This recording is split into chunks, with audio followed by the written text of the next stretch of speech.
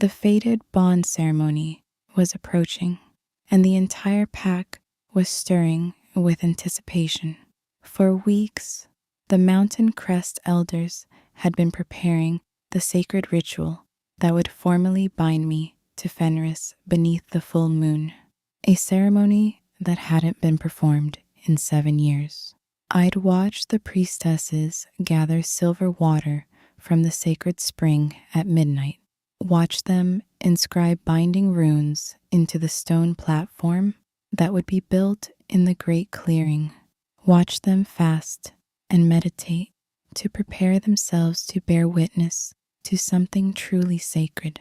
The fated bond ceremony was ancient, older than our written histories. It was when two mates, those chosen by the moon goddess herself, would stand before their packs under the celestial glow and allow the cosmic threads that already connected them to be publicly acknowledged and blessed.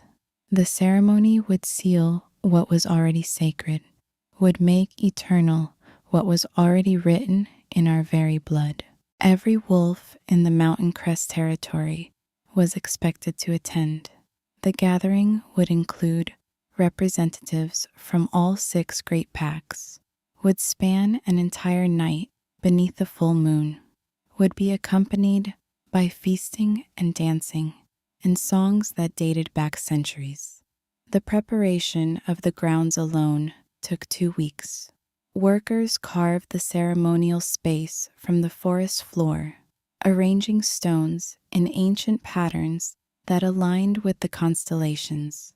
The priestesses blessed the earth with salt and silver, with herbs burned to ash and scattered to the 4 directions. Watchers were posted to ensure no profane thing entered the space, no blood spilled in anger, no lies spoken, no doubt harbored. This was a place of absolute purity, and it had to be, because what would happen here would ripple through the mystical realms for generations. The fated bond ceremony itself was a sacred rite that bound not just 2 individuals, but entire pack bloodlines together. When a fated bond was sealed, the pair became more than mates. They became anchors for their respective packs, conduits of power and stability that radiated outward to strengthen everyone connected to them. The bond magic was real, tangible, a visible manifestation of cosmic will.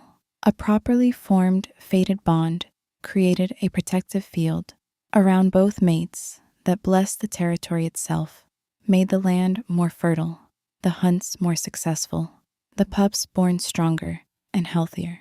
For this reason, the ceremony was the most important rite a pack could perform, more important than coronations or declarations of war. The energy that would be released during the bonding ceremony would strengthen the very ley lines that connected all wolf territories, would renew the ancient protections that kept us safe from the darker forces that hunted in the night. I remember thinking, as I watched the preparations, that I was witnessing something momentous, the intersection of cosmic will and earthly celebration, a moment when the boundaries between the mortal and divine grew thin as silk. The ceremony itself took place at midnight, when the moon reached its zenith. I was led to the clearing by my mother and the priestesses, my body draped in a white silk gown so fine it caught the moonlight like liquid silver. The weight of it was significant, not oppressive, but grounding, a physical reminder of what this moment meant. They wound silver chains through my hair, each one inscribed with promises and blessings, spoken in the old tongue. I couldn't read the words, but I could feel them, ancient magic thrumming through the metal and into my scalp. Around my neck was placed the crescent moon pendant, the symbol that would be recognized across all territories as marking me as Fenris's fated mate, his chosen one, the woman his soul had been woven to. since before we were born. The pendant was warm against my skin, almost alive, as if it was recognizing its destined carrier. I could feel it singing with joy, vibrating at a frequency that matched the deepest part of my wolf. The clearing itself was transformed into something that barely seemed part of our world. Thousands of candles had been lit in protective circles, their flames casting dancing shadows across the assembled wolves. The light was otherworldly, making everything seem both more real and more dreamlike. At the center, the sacred platform had been constructed from white marble, the runes glowing faintly with residual magic, pulsing with a rhythm that matched my heartbeat. Rowan branches wove between the candles, their leaves brushed with silver paint that caught the light, creating the illusion that the entire clearing was underwater, suspended in some mystical realm. And above it all, the moon hung impossibly large and luminous, so bright that the entire forest was drenched in silver, and I swear I could hear the celestial sphere singing with power. The elders began the chanting, a low, resonant sound that made the very air vibrate. I could feel the ancient words reverberating through my very bones, activating something primal deep within my wolf. The chant had been passed down through countless generations, refined over centuries until it became the purest expression of magic without words. Each elder contributed their own voice, their own power, creating a harmonic resonance that seemed to expand beyond the clearing itself. The sound reached up to the stars and down into the earth, connecting the mortal realm with the divine. It was as though the universe itself was speaking through them, announcing to every sentient being that something sacred was about to occur. The sound of it was older than language, older than civilization itself. It was the sound of destiny being acknowledged, of the cosmic threads being woven tighter. The chanting grew louder, more insistent, and then Fenris emerged from the other side of the clearing. He was transformed as he walked toward me, no longer the man I'd kissed in private chambers, but the alpha, resplendent in black ceremonial armor, marked with the amber sigils of the obsidian crest. The armor itself seemed to absorb the candlelight and glow from within. His dark eyes found mine across the distance, and even from where I stood, I could feel the surge of the bond, that cosmic recognition that had bound us since the moment we first met. The moment he reached the platform, the bond between us was made visible. Threads of silver and gold light that spiraled around us both, binding our hearts, our wolves, our very essences together. The priestesses led me forward, and I stepped onto the marble platform to stand before him. He took my hands, and the moment our skin touched, the light blazed brighter. The assembled wolves howled, a sound of celebration and acknowledgement that vibrated through the earth itself. A chorus of approval from hundreds of voices united in witness. "Do you accept this bond?" the high priestess asked, her voice echoing across the clearing with an authority that seemed to come from the moon itself. "Do you accept what the goddess has written into your very soul?" "I do," I breathed, tears streaming down my face. The light was so bright, I could barely see, but I didn't need to see. I could feel it all, the bond, the certainty, the absolute conviction that this man, this wolf, was my other half. Fenris's voice followed mine, strong and clear. "I accept. I claim this bond. I swear to honor it above all else. I pledge my protection, my devotion, my very life to you until the stars fall from the sky." The high priestess pulled out a silver blade and, in the ancient ritual, made a small cut on each of our palms. The pain was sharp, but not unpleasant. It was the pain of sacred things, of boundaries being crossed by divine right. As our blood mixed in her hands, the light flared one final time, so blinding that every wolf present had to shield their eyes. When it faded, the bond was sealed, a constellation of threads that connected us so deeply that tearing it apart would require destroying the fabric of our very beings. Or so we all believed. The threads glowed gold, then faded to silver, then settled into something that looked like it was woven into our very skin.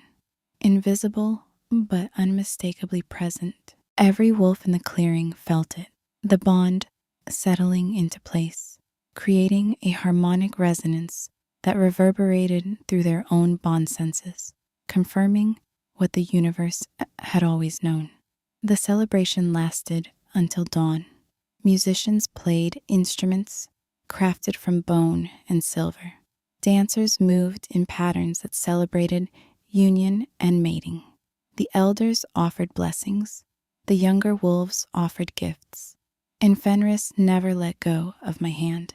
He held it as though it was the most precious thing in the world, as though he couldn't bear to be separated from me for even a moment. I floated through that night in a daze of happiness, certain that I'd experienced the greatest magic the universe had to offer. I had no idea that the man holding my hand was already planning to destroy it. The moment the silver chain broke from my neck, I felt my soul fracture along with it. The crescent moon pendant that had been my birthright, the symbol of every promise we'd ever made beneath the lunar glow, clattered against the marble floor of the great hall like a death knell. I watched it roll, glinting in the torchlight, and in that small, terrible motion, I saw the death of everything I'd believed myself to be. My knees buckled, but I didn't fall. The fated bond kept me upright, a cruel master that wouldn't even grant me the mercy of collapse. Not yet. Not while he still lived. Not while my wolf still recognized him as the one her soul had been woven to since the moment we came of age. What happened next happened in the great hall, before the entire pack and dozens of visiting dignitaries from allied territories. Fenris stood on the raised platform where such important proclamations were made, and his voice was cold, cutting through the crowd like a blade. "I reject the fated bond," he announced, and the words themselves seemed to reverberate with unnatural finality, as if the universe itself was trembling at what was being spoken. "The union between myself and Rhiannon, daughter of the High Council, is dissolved this night. The bond is cast aside. I am denying what the goddess chose. I am claiming dominion over destiny itself." The crowd erupted, gasps, shouts of denial, the sounds of wolves struggling to control themselves as they felt the shock wave of what was being announced reverberate through their own bond senses.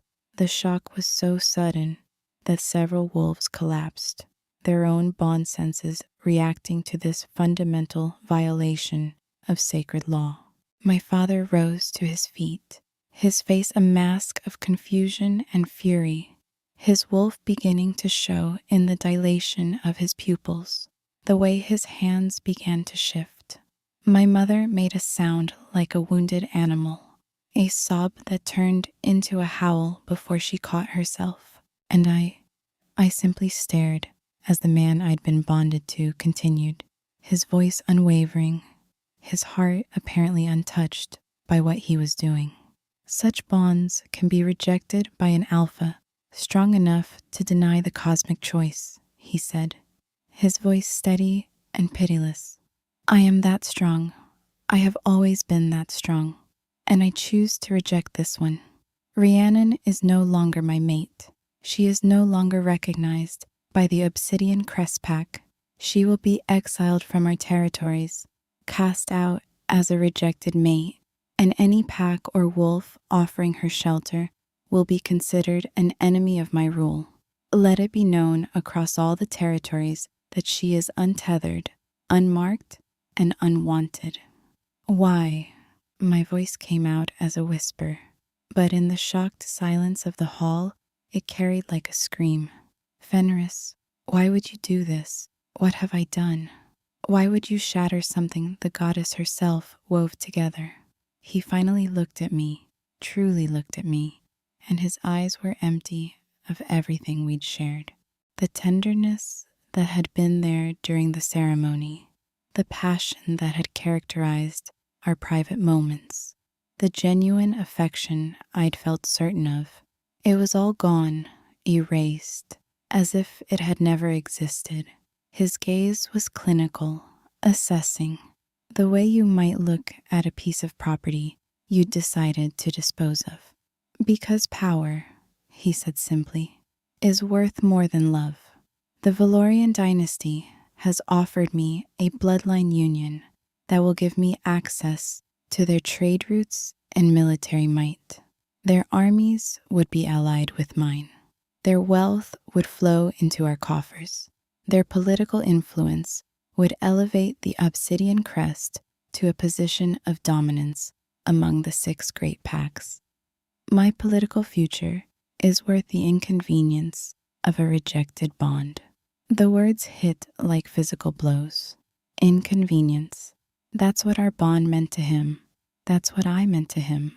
2 years of devotion, months of planning, a ceremony that would bind us for eternity. The whole of my existence rearranged around this one person, and it was merely an inconvenience.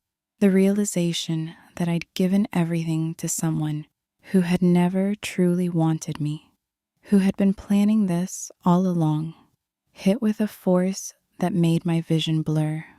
What made his rejection even more devastating was that I could feel him pulling away emotionally, even as the bond tried to hold us together. The cosmic threads that had connected us became a battleground.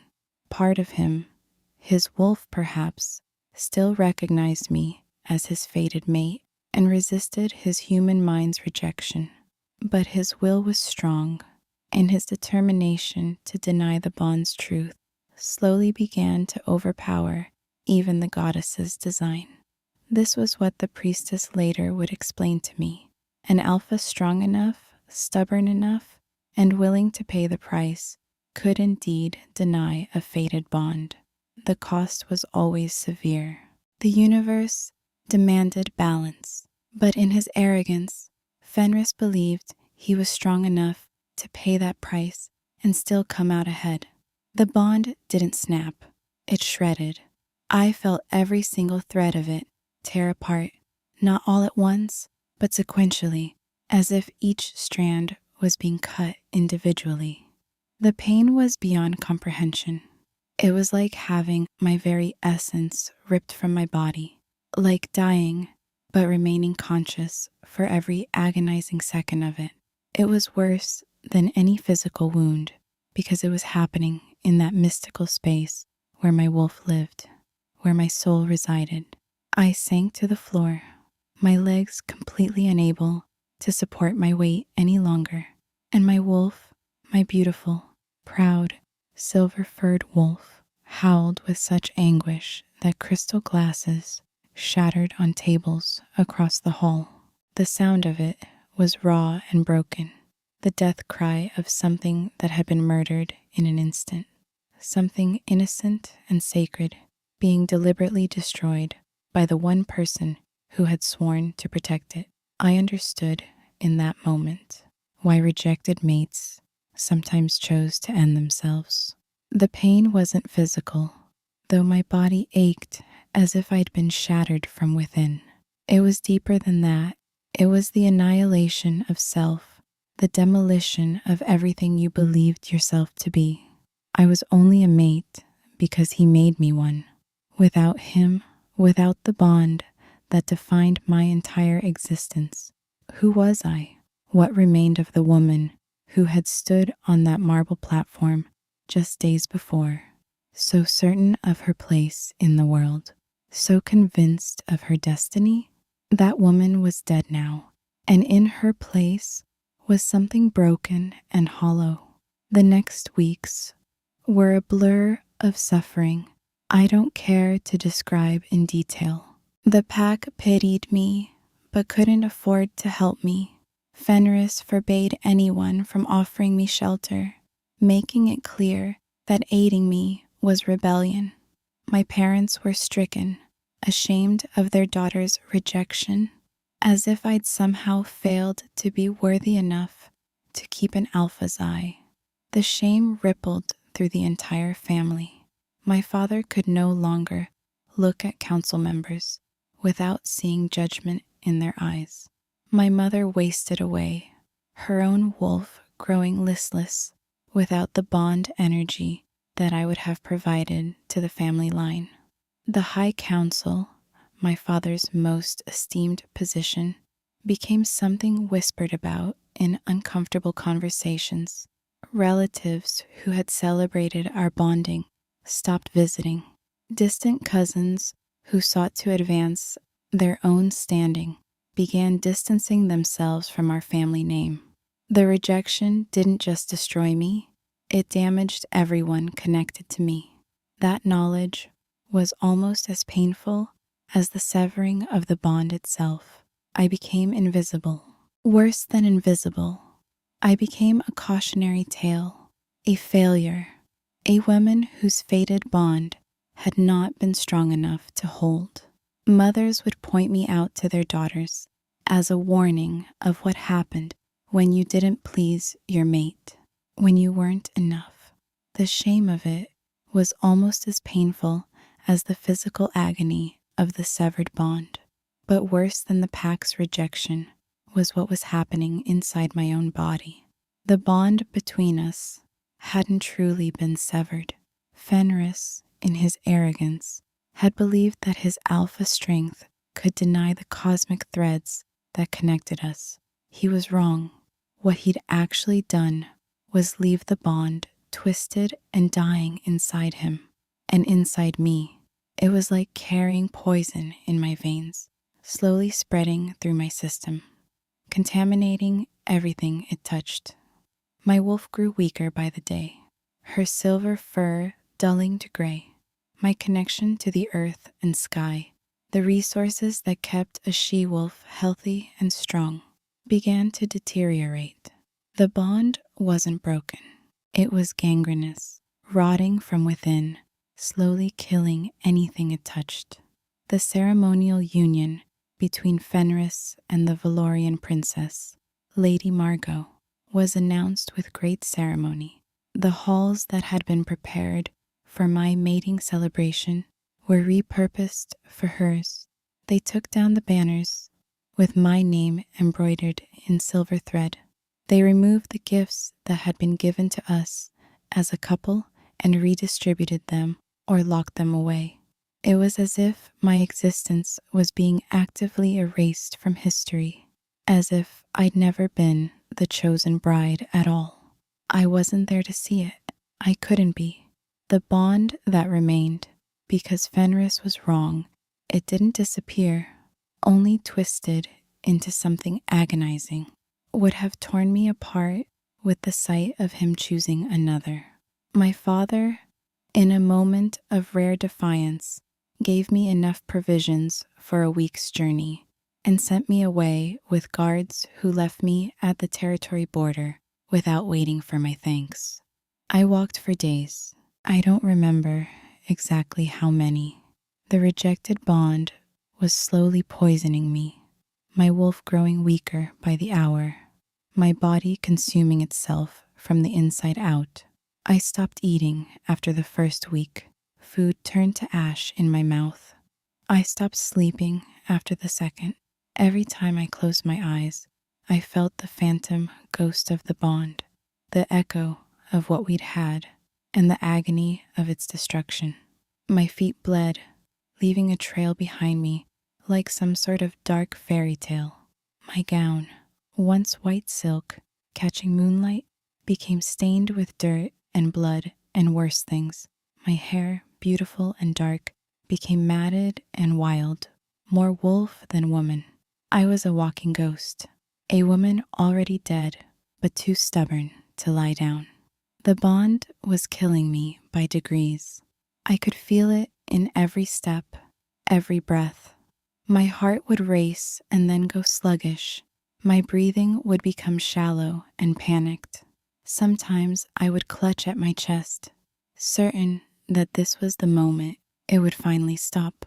And sometimes, in my darkest moments, I wished that it would. The pain of a severed, fated bond wasn't something a person could simply endure. It consumed you.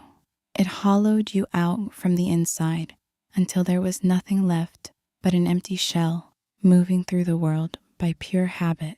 I was existing, but I wasn't living. I was breathing, but there was no life in it. Every moment was a negotiation with death.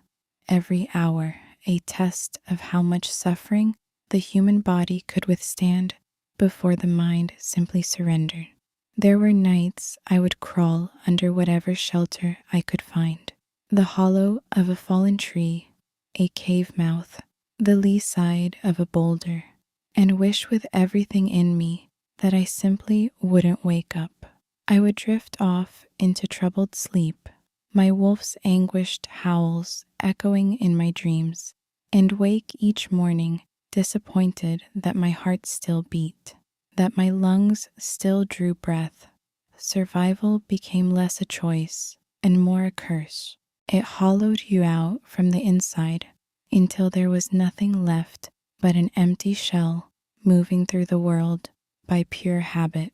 I was existing, but I wasn't living. I was breathing, but there was no life in it. Every moment was a negotiation with death. Every hour a test of how much suffering the human body could withstand before the mind simply surrendered. I don't know when I finally collapsed. It was somewhere in the vast borderlands between territories, in an area where few wolves ventured because the magic there was old and strange, untouched by any singular pack's claim, almost feral in its wild power. The soil beneath my feet became soft, almost yielding, as if the earth itself was trying to catch me as I fell. I remember my legs simply giving out. Remember the shock of cold ground against my face. I remember looking up at the sky and seeing the stars begin to swirl in patterns that didn't make sense, the colors bleeding into one another like watercolors running across parchment. The moon above seemed to be weeping, its light fractured and strange. I think I dreamed. In my delirium, I imagined I heard voices, felt strong hands lifting me, heard a deep voice saying something about what I was, how rare, how impossible it was that something so precious could be left to die in such a place. But dreams can be beautiful lies, and I expected nothing but suffering at that point. I was beyond hope.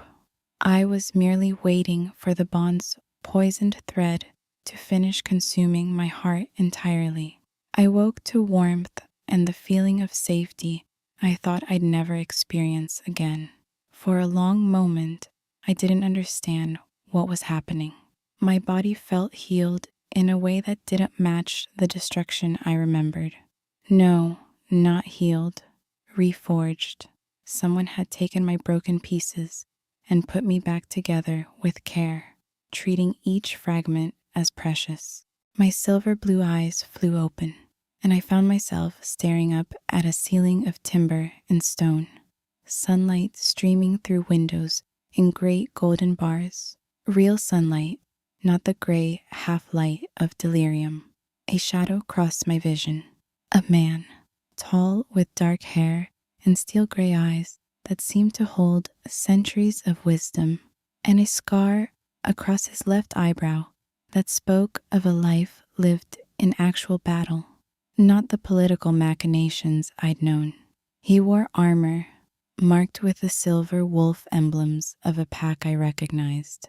The Northern Vale Pack, ancient and honorable, and crucially, from the opposite side of the disputed territories from where I'd collapsed.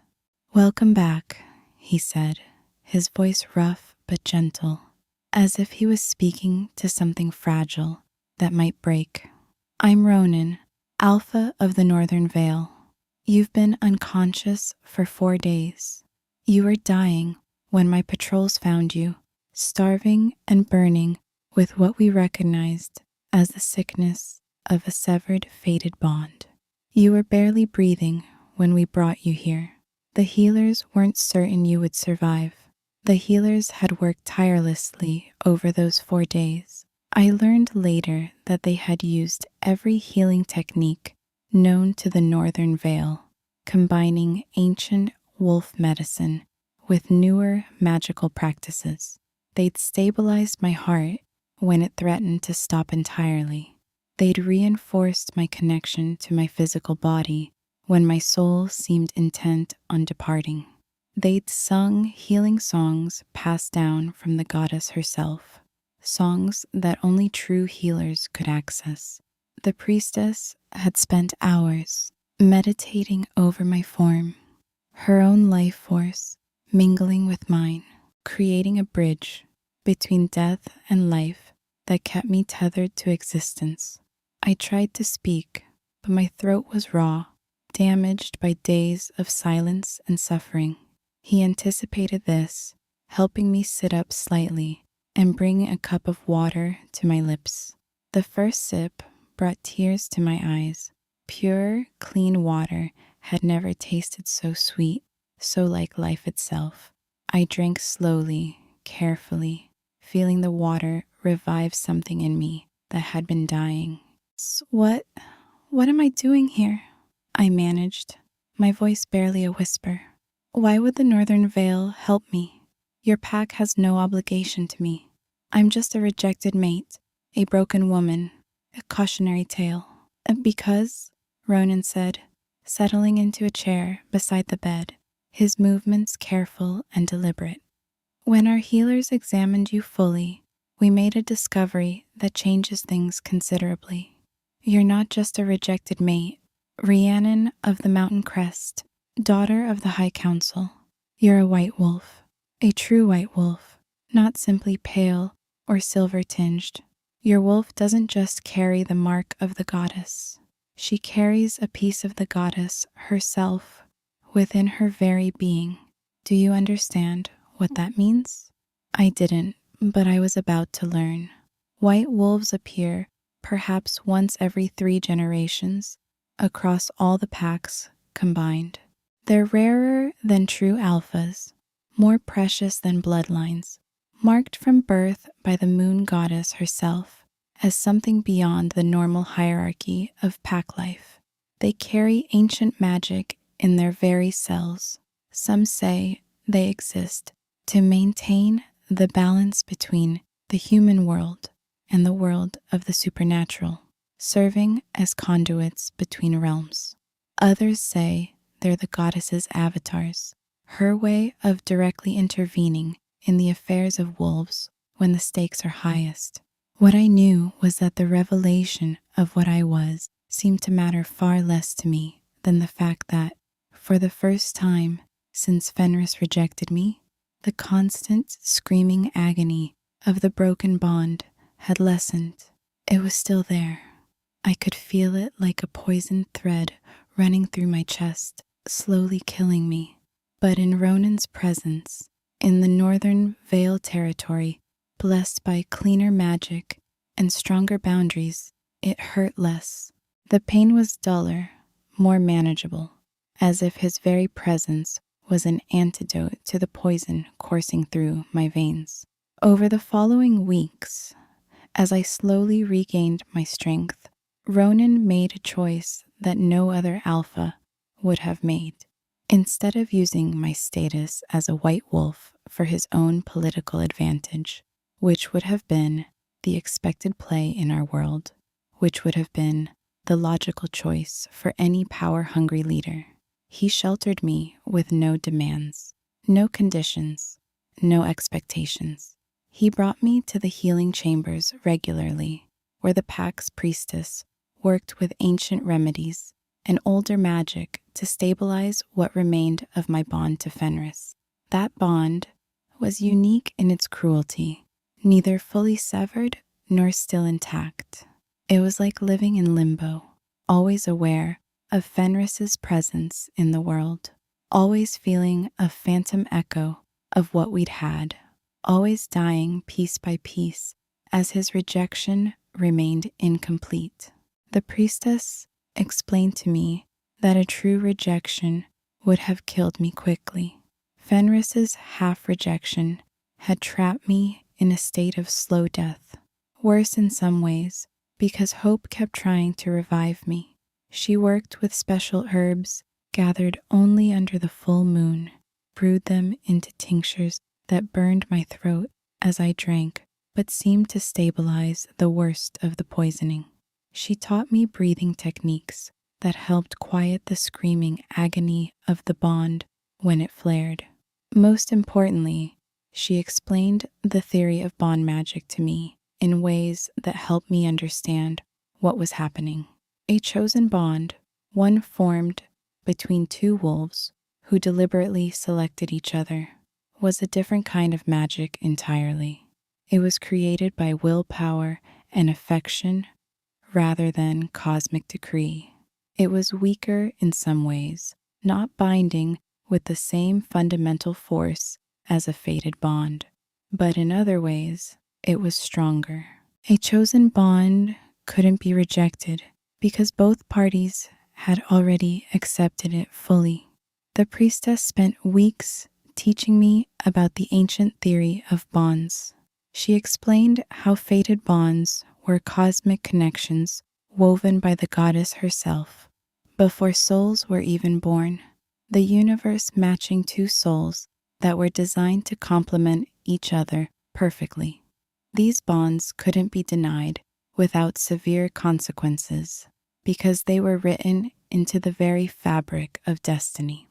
Chosen bonds, by contrast, were forged through will and intention. They were weaker initially, but could grow stronger through daily recommitment and choice. The priestess explained that throughout history, the greatest and most enduring bonds were often the chosen ones because they were reinforced every single day through active choice rather than passive cosmic obligation. She taught me that what seemed like weakness, the voluntary nature of chosen bonds, was actually their greatest strength. A bond that could only be broken if both parties agreed was unbreakable in a way that destiny-made bonds could never be. But in Ronan's territory, I began to heal in other ways. He taught me about the Northern Veil, about a different kind of pack structure, where strength wasn't measured solely by dominance and physical power, but by the protection offered to those weaker than yourself, by the wisdom shown in difficult situations, by the bonds of loyalty freely given rather than demanded. He showed me a different model of power entirely, one that seemed almost revolutionary after everything I'd known. We didn't touch each other unnecessarily, not at first. My bond senses were too raw, too scarred, too sensitive to any masculine energy. But his presence began to matter to me in a way I'd thought impossible after Fenris. When I could run again in wolf form, he ran beside me, his dark wolf matching my silver, one stride for stride. But he never tried to lead, never tried to dominate. When I needed to talk about the pain, he listened without trying to fix it, understanding that some wounds need time and space to heal. When I simply needed silence, he offered it without judgment, sitting beside me as the seasons changed. His patience was infinite. His respect was unstinting. His belief in my inherent worth not as a white wolf, not as the daughter of a high council, but simply as Rhiannon, was transformative. Months passed, the seasons turned. The healing process was not linear. Some days I felt stronger, more myself, as though the toxins from the severed bond were finally being purged from my system. Other days, the phantom connection would flare without warning, and I'd find myself gasping, clutching at the scar tissue where the bond used to be. On those days, Ronan would sit with me for hours, sometimes in silence, sometimes talking about neutral topics, just grounding me in his presence until the worst of the pain passed. The priestess eventually explained that true healing from a severed, fated bond took time measured not in weeks or even months, but in seasons and years. The bond's magic had pervaded every cell of my body, every aspect of my magical essence. Excising it completely was like removing a thread from a tapestry. There would always be holes, always be marks where it had been, but those holes could be filled with new magic, new connections, new bonds. That was the promise of healing, not a return to who I was before, but the transformation into who I could become. And with Ronan's steady support, I began to believe that transformation was possible. Spring melted into summer. Summer burned into autumn. Autumn frosted into winter, and winter slowly thawed back into spring. I'd been with the Northern Vale for nearly half a year when Ronan finally took my hand one night beneath the full moon. My entire body went rigid. He could feel my tension, could sense the alarm that rippled through my bond senses like shock through water. I know your bond sense is still tied to him, he said quietly, his voice careful and understanding. I know the broken thread still pulls at you, still aches in the dark hours of the night. But Rhiannon, I need you to understand something. What he rejected was real, but what he rejected was a phantom, a version of you that he created in his own mind that had nothing to do with who you actually are. The real you, the one I've come to know, is so much more than he deserved. You're not incomplete. You're not broken beyond repair. You're a white wolf, a creature of ancient magic, and you're stronger than any fated bond. The goddess didn't mark you so you'd depend on some alpha's validation. She marked you so you'd become yourself. I cried that night. I cried because he was right, and because accepting what he said meant I had to let go of the version of myself that had been shaped entirely by Fenris, by my desperate need to be worthy of him. It meant becoming someone new, someone I had to build from the ashes of who I'd been. It meant accepting that the woman who had stood on that marble platform just a season ago was dead, and I had to choose whether to resurrect her or to allow a new, stronger version to be born in her place. That choice was terrifying and liberating in equal measure. Over the next few weeks, something shifted between Ronan and me. We began with the smallest of touches, a hand brushed during a meal, fingers interlaced as we walked through the forest. With each touch, I felt my bond senses slowly calibrating to his presence, learning that his energy was fundamentally different from Fenris's.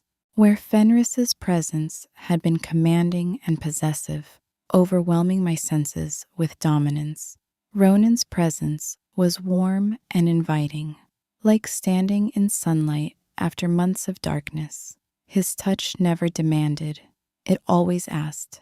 He would wait for me to reciprocate before deepening any contact. He would pull back the moment he felt any hesitation in me. This patience, this respect for my autonomy, felt revolutionary compared to what I'd known before. I was learning that real love didn't try to consume you or define you. It created space for you to grow. It supported you in becoming more of yourself, not less. Every day with him reinforced this lesson. By the time our lips finally met beneath the full moon, weeks into this careful courtship, the kiss felt like the inevitable conclusion of 1,000 small choices, rather than the overwhelming collision that had characterized my bonding with Fenris. It felt like coming home. It wasn't the immediate, overwhelming certainty of a fated bond, that cosmic collision of souls that announces itself with force and finality. It was quieter and slower, but somehow more powerful for its deliberation. Every kiss, every touch, every moment we shared was a choice, a conscious decision, a moment of free will asserting itself over destiny. We weren't slaves to the goddess's design. We were two wolves choosing each other day after day in small moments that built into something unshakable. His hand found mine, not because cosmic threads demanded it, but because he wanted it.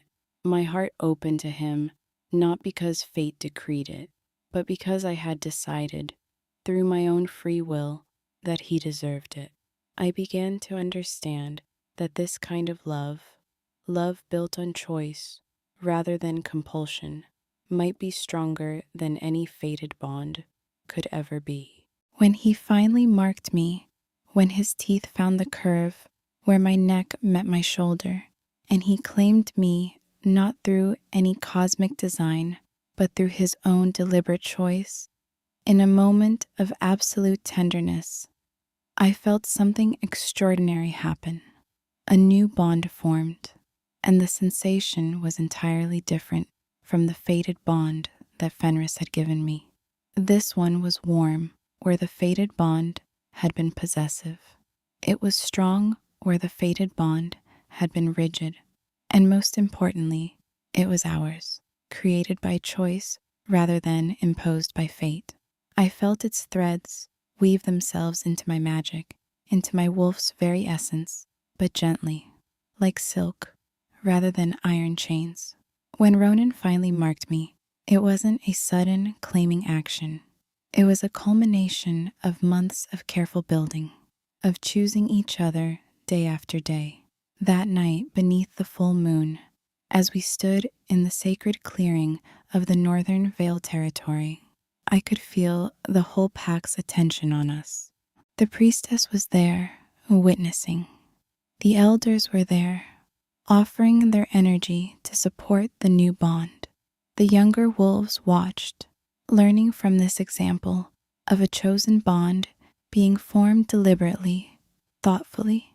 When his teeth found the delicate junction where my neck met my shoulder, it was gentle despite the primal nature of the act.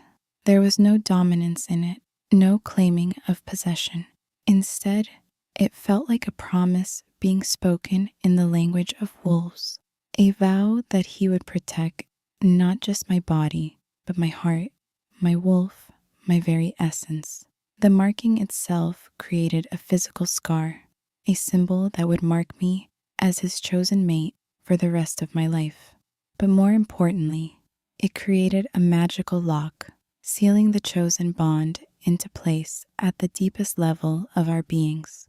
They weren't threads of destiny, but threads of love, deliberately woven by a man who was choosing every single moment to stand beside me.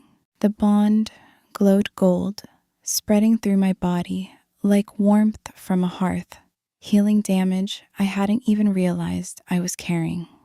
My white wolf sang inside me, a song of healing and hope, and the fierce joy of finally being seen and valued for who I truly was. The moment of the bond's completion was like nothing I'd ever experienced. It was both violent and tender, a magical storm contained within a gentle embrace. The golden light that erupted from us both was visible across the entire territory. Wolves reported seeing it from miles away, and coming to investigate, drawn by the supernatural power of a new chosen bond being forged.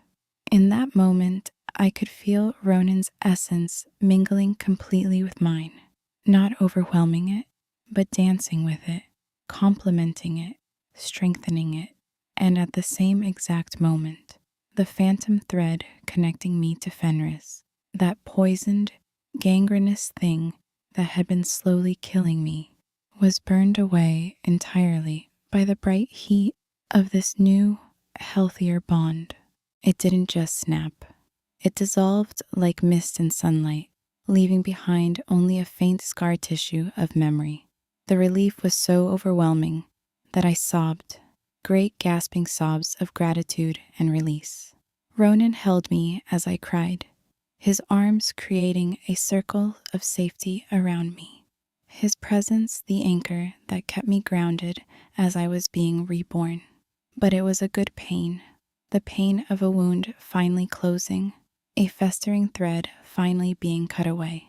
I gasped, and Ronan held me tighter, his presence anchoring me as the last of Fenris's hold on me dissolved. The phantom echo of our bond that had haunted me for months finally quieted, and in its place there was only the warm, golden connection to the man holding me. It was lighter, it was healing, it was freedom. In the Obsidian Crest territories, they say Fenris's decline began that very night. The reports that reached the Northern Vale about Fenris's condition grew increasingly dark. Traders from neighboring territories spoke of an alpha who had become almost unrecognizable. He would lock himself in his quarters for days on end, his anguished howls echoing through the Obsidian Crest Tower, so that every wolf in the territory could hear his agony. His beta tried to take over many of the alpha's duties, but without Fenris's official abdication, there was political chaos. The pack's strength, which had always been considerable, began to crumble. Younger wolves started to leave, seeking territories where the alpha was stable, where the future seemed secure. Warriors lost focus, hunters struggled, mothers stopped having as many pups, because the bond energy that supported reproduction was fractured by Fenris's deterioration. The Obsidian Crest, once among the most powerful of the 6 great packs, was on the verge of collapse, and through it all, Fenris raged and suffered, consumed by a curse of his own making. His wolf began to sicken in a way the healers couldn't explain. It was as if something fundamental was being torn out of him from the inside, some essential part of his strength simply withering away. He grew pale. His movements became sluggish. The power that had once defined him began to fade, and with it, his ability to command respect from his pack. His hair began to gray prematurely, going white at the temples and spreading like frost across his scalp. His eyes, once bright with amber fire, grew dull and exhausted. The vitality that marked an alpha in his prime drained away like water through a sieve. His wolf began to turn on him from within, hungry and desperate, consuming the very man who harbored her. Some say you could hear him screaming in his chambers, his wolf clawing at his insides, desperate to escape the dying husk it was trapped in. The political alliance with the Valorians crumbled. Lady Margot, who had been expecting to become the mate of a powerful alpha, found herself bound to a man who was rapidly becoming little more than a figurehead, a walking corpse going through the motions of power. The trade agreements fell through. The military support never materialized. The Valorian dynasty had no use for a weak alpha with a dying wolf and a crumbling pack. Fenris had rejected the sacred bond for power, only to discover that the power he'd gained meant nothing compared to what he'd lost. And because the fated bond had never truly been severed, merely rejected. What he'd actually done was leave it twisted and dying inside him, poisoning everything it touched, corrupting everything he was. A fated bond can't be broken by mere choice. It can only be transferred. And when I chose Ronan, when my new mate marked me with a bond of choice rather than fate, the fated bond to Fenris began to destroy him from within.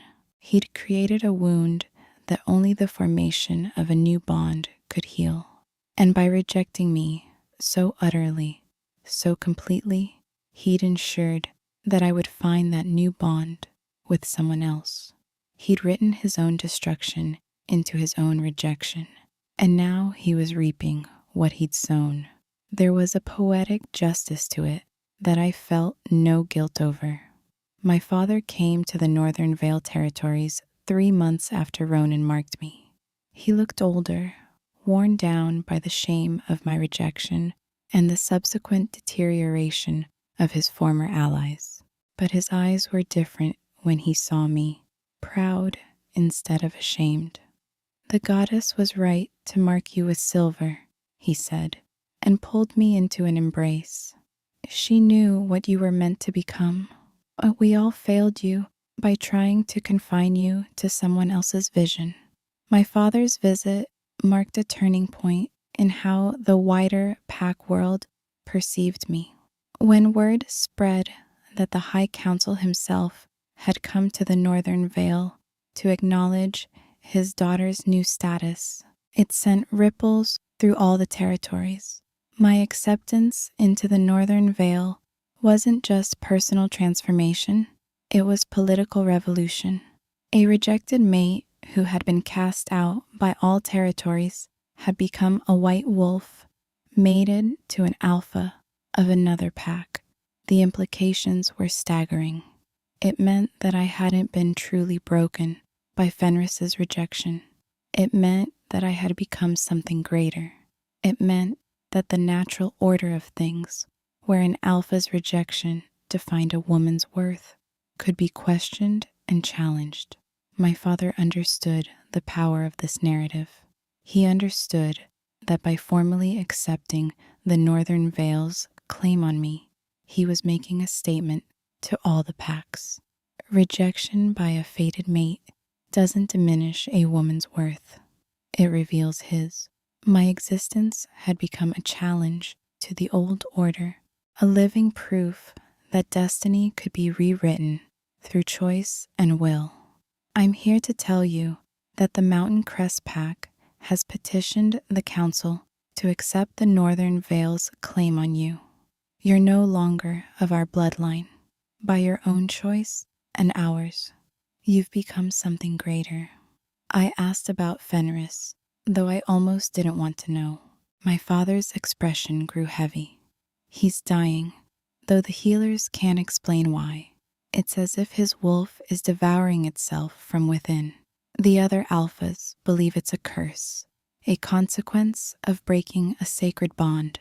Some say it's the goddess's judgment. I think, my father paused, I think it's simply the natural consequence of his own choices. The bonds we form define us, Rhiannon. When he rejected you and our fated tie, he didn't destroy it, he twisted it. And now that you've accepted another, that twisted bond is tearing him apart. There's no cruelty in it, no curse. It's simply the law of nature asserting itself. I felt sadness for Fenris, I think, or maybe I felt sympathy for the man he might have been if he'd made different choices. But I didn't feel the anguish I once would have. The new bond with Ronan, the one that grew stronger every day, had made me whole in a way Fenris never could have. The broken pieces of myself had been reassembled into something stronger than before. My story could have ended with tragedy, a rejected mate slowly fading, destroyed by the very magic meant to elevate her. But it didn't, because sometimes fate isn't fixed. Sometimes the goddess leaves room for choice. Sometimes the person you're meant to become is worth more than the life that was written for you before you even had a say in it. Ronan is still here. His hand is still warm in mine. Our bond still glows golden in the moonlight, strengthened not just by magic, but by daily choice. We built this together, not because we were destined to, but because we decided to. And maybe that's the greatest magic of all. Not the bonds that are forced upon us by cosmic design, but the ones we choose to forge ourselves. My name is Rhiannon, and I am a white wolf of the Northern Vale. I am a woman who survived rejection and transformed it into power. And this is my truth. The fated bond that Fenris broke didn't destroy me. It freed me to become something he could never have understood, something the goddess always knew I would be. I am my own destiny now, and it's infinitely more beautiful than anything fate could have written for me. The Northern Vale territories glitter in the moonlight, and I run through them with Ronan beside me, our wolves dancing together beneath the stars. Behind us, in the obsidian crest, Fenris's wolf grows quieter with each passing night, consumed by the consequences of his own rejection. But here, in these ancient lands, blessed by cleaner magic, we are building something that will outlast us both. A legacy of choice, of love freely given, of a bond that transcends destiny. The legacy we were building wasn't just a pack alliance or a political partnership. It was a demonstration of a different way of being. Every day, we showed the younger wolves of the Northern Vale that the strongest bonds weren't those formed by fate or dominance, but those formed by consistent choice. We showed them that true strength came from protecting those weaker than yourself, that true power came from wisdom rather than force. We showed them that love wasn't something that consumed you, but something that elevated you. Ronan and I often spoke about this legacy late into the night, lying together beneath the stars, his hand warm in mine.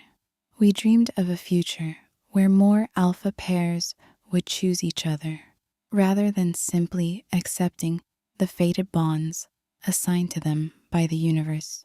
We imagined a world where the mythology of what it meant to be alpha had shifted from dominance and possession to protection and partnership. It was a radical dream, perhaps. But then again, I had already lived through the destruction of a world that valued power over love. I had nothing left to lose by imagining something better. In many ways, my journey didn't end when I met Ronan or when he marked me as his chosen mate. Those were pivotal moments. Yes, but my real journey, the transformation from a rejected woman waiting to die into a white wolf who had claimed her own power, that was an ongoing process. It continues even now. Every day, I make the choice to build my bond with Ronan. Every day, I learn something new about the woman I'm becoming. Every day, I grow stronger in ways that have nothing to do with my status as a white wolf and everything to do with my decision to value myself. Ronan once told me that he'd found me not because the goddess led him there, but because he was the kind of alpha who went to the borderlands. He was the kind of leader who explored beyond his pack's boundaries. He was the kind of man who stopped to help a dying woman instead of passing by. In choosing him, I wasn't just choosing a mate. I was choosing a philosophy. I was choosing the belief that strength comes from compassion. I was choosing to spend my life with someone who would never see me as an inconvenience, who would always see me as worth saving. If you've experienced betrayal by someone you trusted with your heart, know that rejection doesn't define your worth. It reveals theirs. Your story doesn't end with their choice to leave. It begins when you choose yourself. Sometimes the greatest power we possess is the power to walk away and never look back. And sometimes, in that walking away, we discover who we were truly meant to be all along. That person, the one you become when you reclaim your power, is infinitely more valuable than any bond, fated or otherwise. This is the story of what happens when a woman is rejected by her fated mate, and in that rejection, finally becomes herself.